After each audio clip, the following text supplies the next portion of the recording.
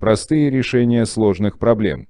Еще одна прикладная ценность провала или гашения маятника состоит в умении решать всевозможные проблемы.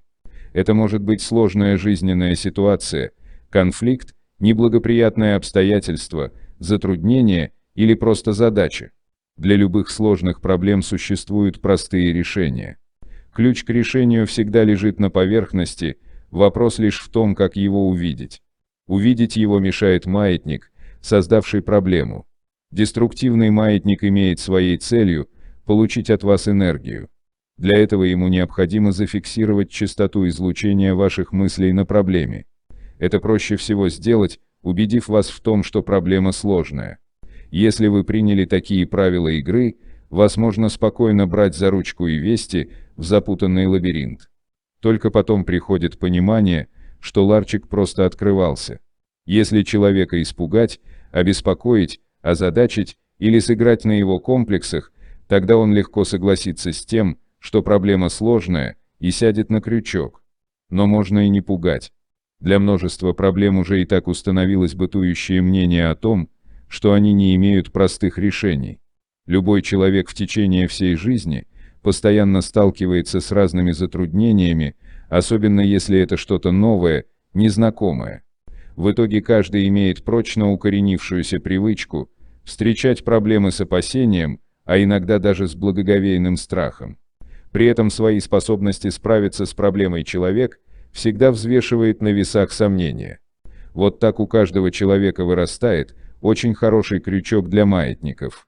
Маятник может действовать как через своих приверженцев, то есть людей, которые как-то связаны с этой проблемой, так и через неживые предметы. Он фиксирует излучение мысленной энергии на определенной частоте и сосет энергию, пока человек мучается с проблемой. Казалось бы, фиксация частоты на предмете помогает сосредоточиться. Как же это может мешать решению проблемы? Дело в том, что маятник фиксирует мысли человека в очень узком секторе поля информации, а решение может лежать за пределами этого сектора. В итоге получается, что человек думает и действует в пределах узкого коридора и не имеет возможности взглянуть на проблему шире. Нестандартные и гениальные решения приходят именно тогда, когда человек освобождается от маятника и получает свободу мыслить в другом направлении. Весь секрет гениев состоит в том, что они свободны от влияния маятников.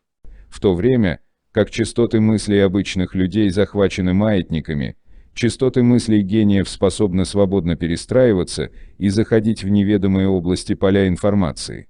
Что же делать, чтобы не попадать в петлю захвата? Не погружаться с головой в проблему, не давать втянуть себя в игру маятника. Сдайте себя в аренду.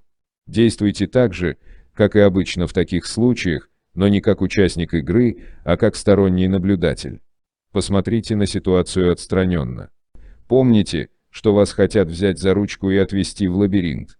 Не дайте проблеме испугать вас, захватить, обеспокоить, озадачить. Вспомните для начала, что всегда существует очень простое решение, а вам хотят навязать сложное. Если вы столкнулись с проблемой или препятствием, поймайте себя на отношении к этой проблеме.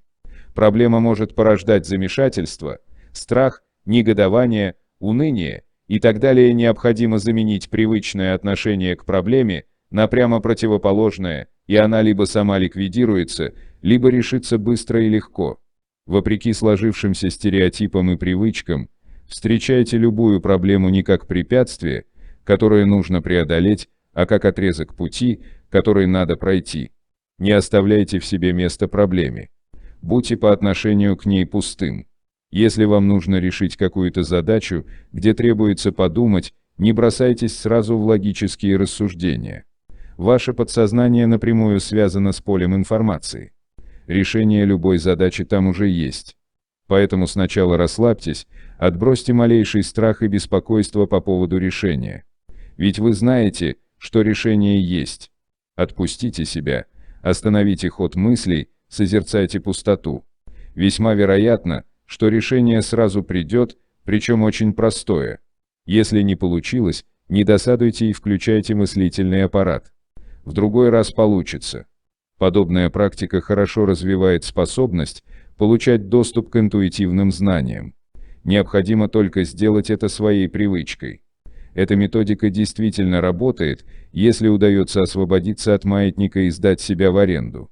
Однако это проще сказать, чем сделать.